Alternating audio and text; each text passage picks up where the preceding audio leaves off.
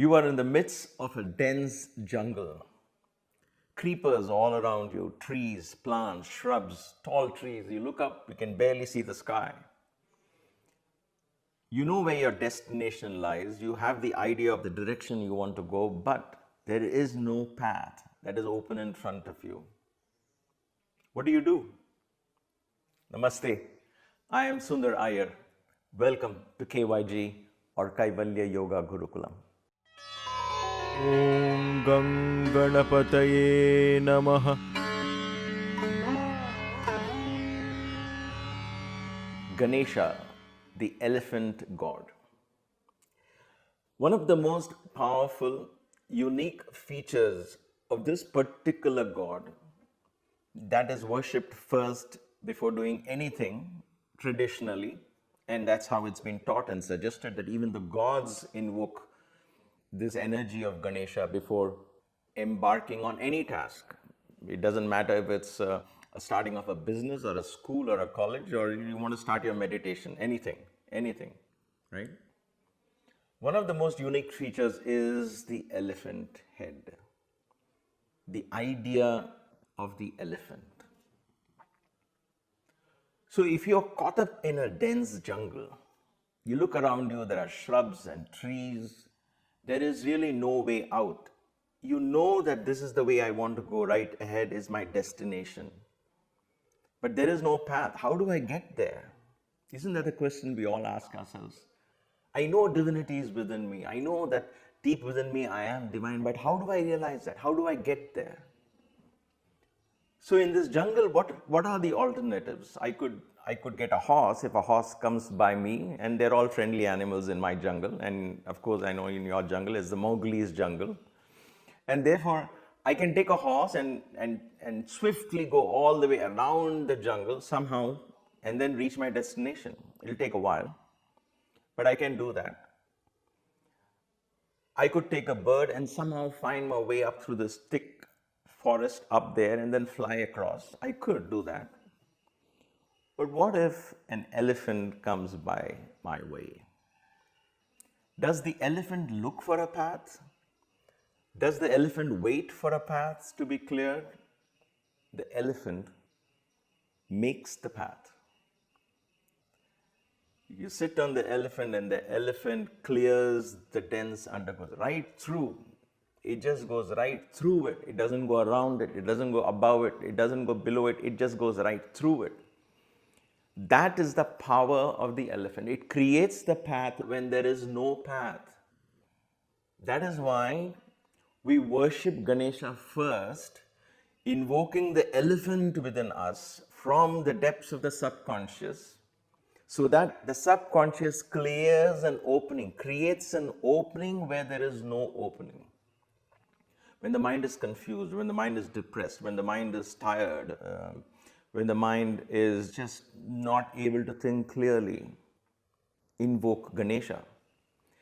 That picture of an elephant deep in our unconscious and subconscious mind creates an idea that there is a strength within me, the power of the elephant. And just that thought alone at a subconscious level, at an unconscious level, will create openings for the mind to perform in its optimum manner. That is why the rishis of the ancient days helped us to manifest this energy of Ganesha. And so Ganesha energy is the energy of the elephant. Think of the elephant. What are the thoughts that come to you? Close your eyes. Ask your children to do this at home. Close your eyes and think of an elephant. There is a gentleness in that thought. There is a majesty in that picturization. There is a slow, confident movement in that picturization. Because the elephant triggers these kind of memories to us.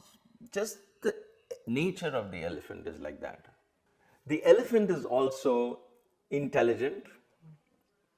The elephant has great memory. Intelligent in the sense the elephant can be trained very well. We all know that. For those of us, and I'm not talking of circuses. I'm not a big fan of those, though I was when I was a child, but not now anymore. But elephants are trained when they have to lift large trunks of trees, clear dense undergrowth, and things like that. They can easily be trainable,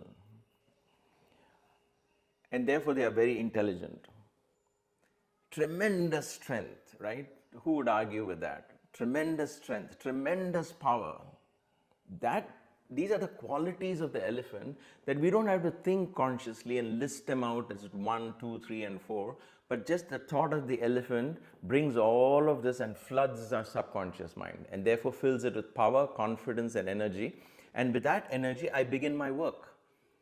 That is why we say invoke Ganesha before doing any work. Why? Because any work, whatever it is, right from tidying up your room, I guess, to doing an exam or whatever it is, right? Starting a new work, whatever it is, we need that sense of confidence, a sense of self-empowerment.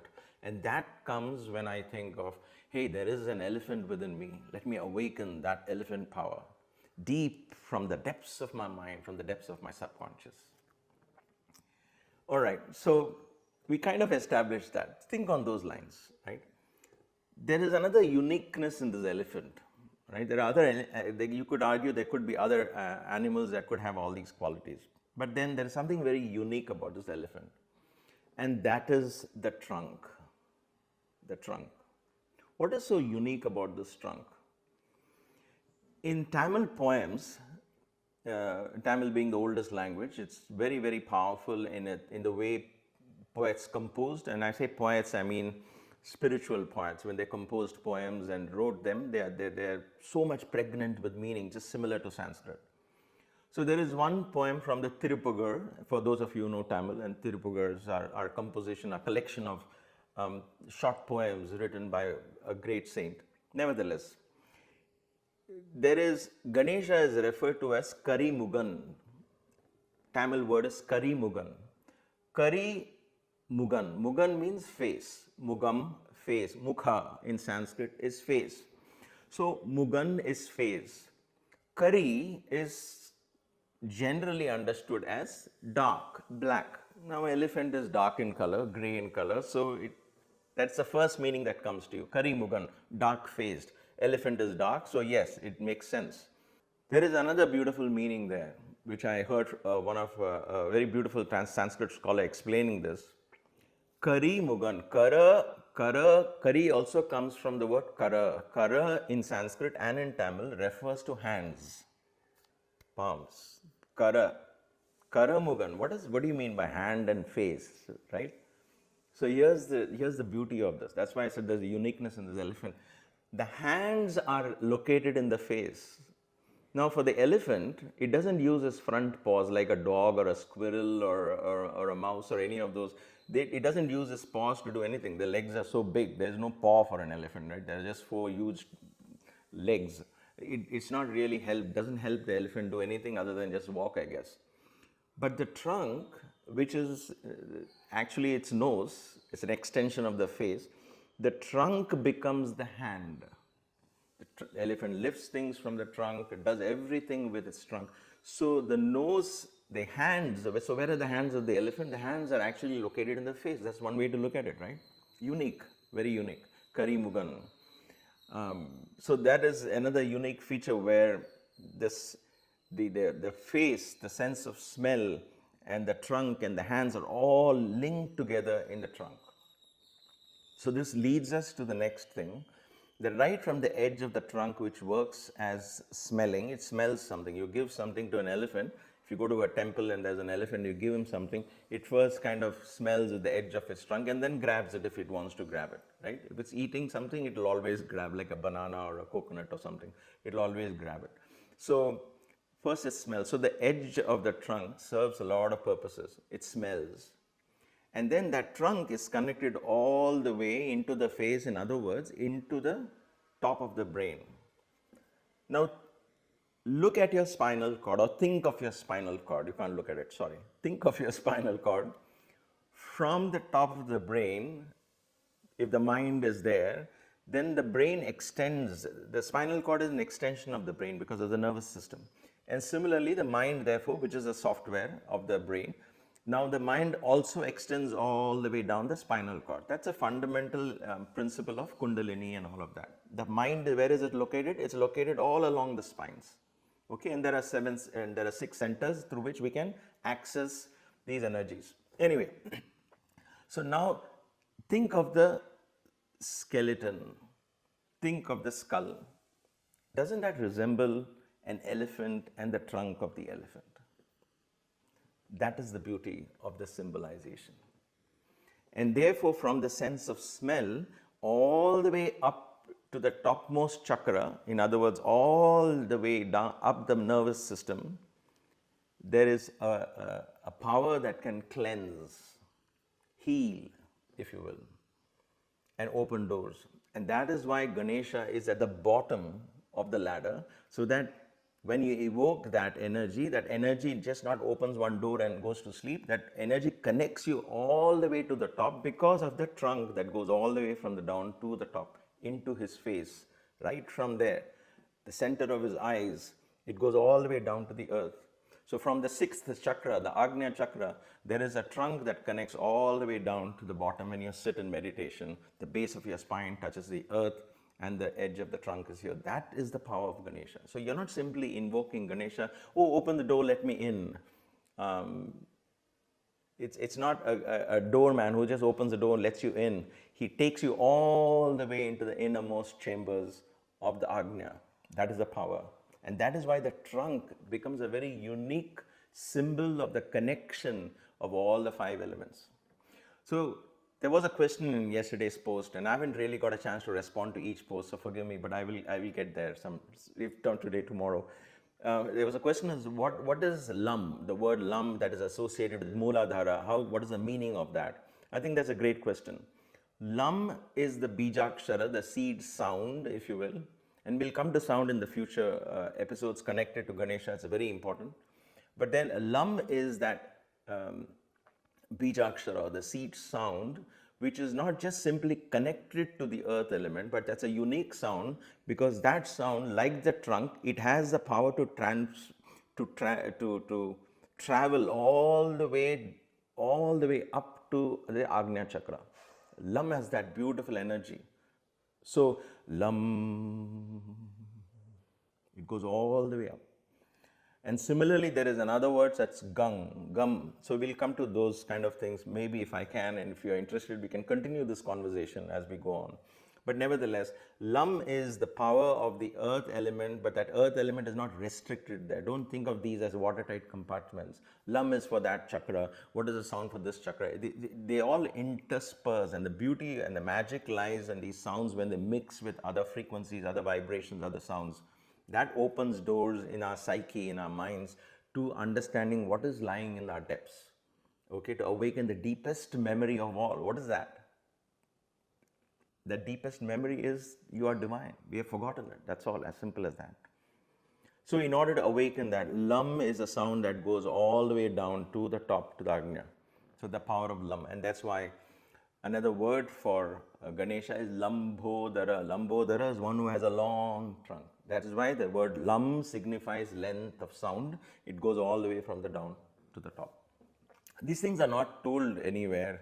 You don't really find it by Googling and internet, but then these are matters of information that are got from gurus and teachers and received through intuition and meditation. And so ask your depths of the mind to reveal these secrets to you and believe in those secrets, because you and I, we all have access to the same wealth of information, universal knowledge that the rishis had. Okay, so that was the elephant. Now, this would be incomplete if I don't go to the other extreme. What is the other animal that is associated with Ganesha, the other extreme animal? The mouse. So there is this enigma, this riddle of the elephant and the mouse. One is large and big, one is tiny and small. Mouse. Mushaka Vahana or Mushika Vahana. Mushika is mouse. Mouse is small. It seems directly opposite to the elephant. North Pole, South Pole, right? One is strong, big, one is small, little, tiny, weak. That's how we would normally think of it.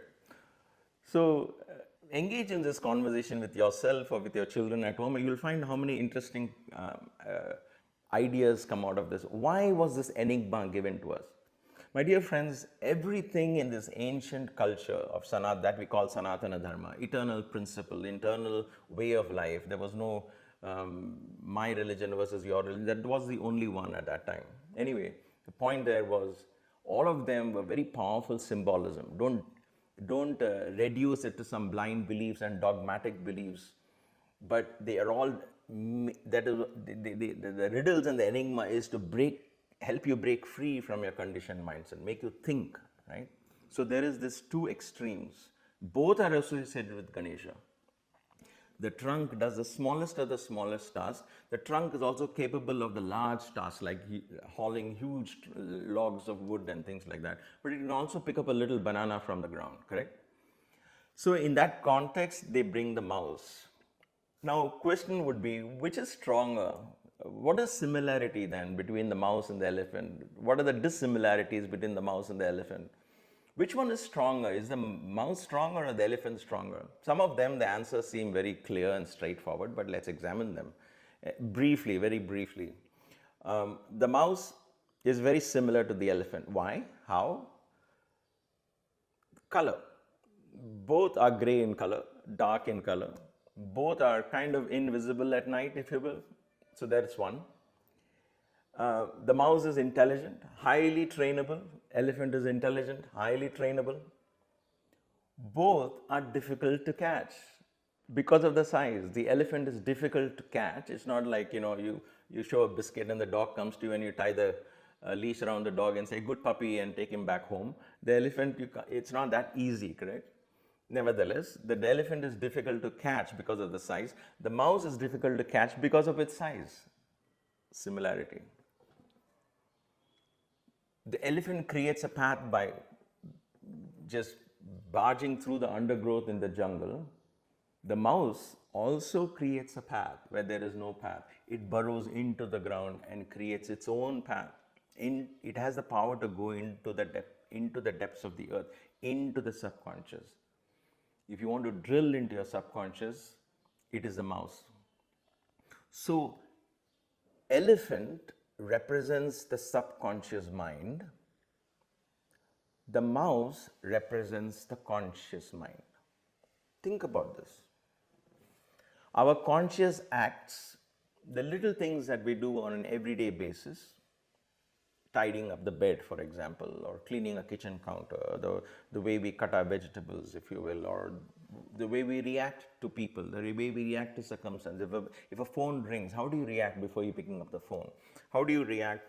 What kind of TV shows you watch? How do you react? What are the emotions that you entertain when you're watching a show? Is there anger, jealousy, and all of that comes up? Or what is it?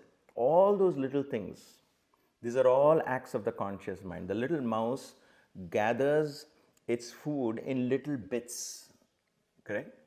And where does that mouse store? The mouse stores, it goes into the earth and stores it. The elephant's stomach is so huge that it can store all the food in the world, if you will, just as visualization. That's why it is said that Ganesha kept eating and eating and eating and eating in his stomach. The entire universe was contained in his stomach. In other words, these little acts of ours, like the mouse, we go and store it where? We store it in the stomach of our elephant, in the stomach, in our subconscious mind. The way I react to something, it reinforces. I feed the subconscious. The little mouse feeds the elephant, and the elephant keeps storing it in his stomach. The mouse never stops feeding the elephant never stops saying enough, so their stomach grows and grows and grows and grows, and the elephant goes on storing. It can store all the food the mouse can give it, because it's giving it little bits and pieces.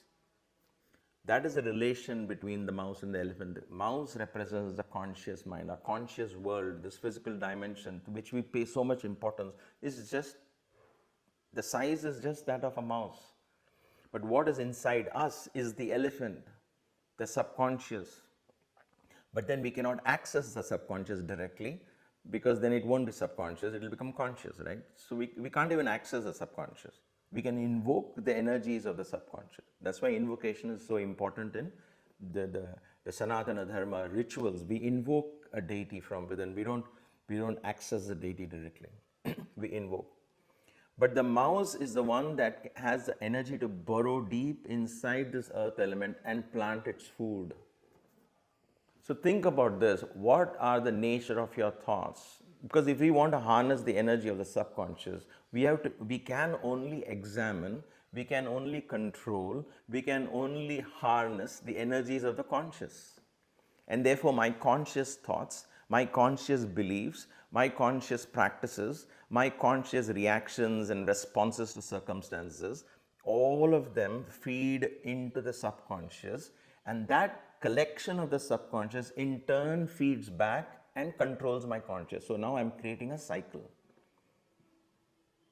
It is a cycle that I create, and then I create a reality based on this relation between the mouse and the elephant. Helps me create the reality. Look around you in your house, every single piece of furniture that you have, every single relationship that you have in your life, your children, your spouse, your friends, your family, your work, your circumstances. Who created this?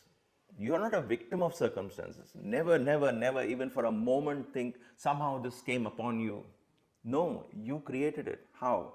Because of the elephant and the mouse. That is the game. That is the game you and I are playing. The game of balancing the elephant and the mouse. What is the mouse feeding the elephant? What is your mouse feeding your elephant? Because that is what from the stomach of the elephant will come back to energize the mouse. How does the elephant energize the mouse? In the symbolism of Ganesha, and I'll leave you with these thoughts. Ganesha rides the mouse. Vahana is a vehicle. Ironical, is it? The elephant sitting on a mouse. Can you visualize that? I don't even know if there's a picture in Google. If I find, I'll find something which is free from copyright, by the way. Elephant sitting on a mouse and riding the mouse. That's the enigma, the riddle. What is the elephant? The subconscious mind is driving the mouse. The subconscious mind is driving all our actions and thoughts. But the mouse is strong enough to bear the weight of the elephant. Did we think of it that way? The mouse is strong enough to bear the weight of the elephant. In other words, the mouse is so strong that it actually feeds the elephant, and the elephant in turn drives. So it's a unique relationship between the charioteer and the horses, if you will. The charioteer knows where to go, but the horse is the one that takes him there. So the subconscious mind is not an analytical mind. The subconscious energy simply gives. It simply gives what you ask for. So what is it that you're feeding in is yours to take out. You sow, you reap what you sow, right? That's what the Bible teaches us. What is it that you sow? What are the little bits of food? What's the quality of food that this mouse of yours and mine, this conscious mind, collects on an everyday basis? Every little frustrations you experience, every little happiness that you experience, every little forgiveness that you are able to give, every little act of love, feeling of love, thought of love, every little thought of gratitude, all of that are little foods that you plant in the stomach of Ganesha. And guess what? When you need it, Ganesha says, here, take it. And Ganesha drives the little mouse. So my dear friends, think of the enigma, the riddle of the elephant and the mouse that is so unique in this amazing, powerful deity that has been gifted to us by the universe, Ganesha. Om Gang Ganapataye Namaha. Stay blessed, stay inspired, and please stay tuned for more episodes on this. Let me know if you like it. Let me know if you have any questions. Don't hesitate to put it on YouTube. And if not in a day or two, we'll definitely make attempts to address it because we all learn together. Thank you for watching. Namaste. Om Gang Ganapataye Namaha.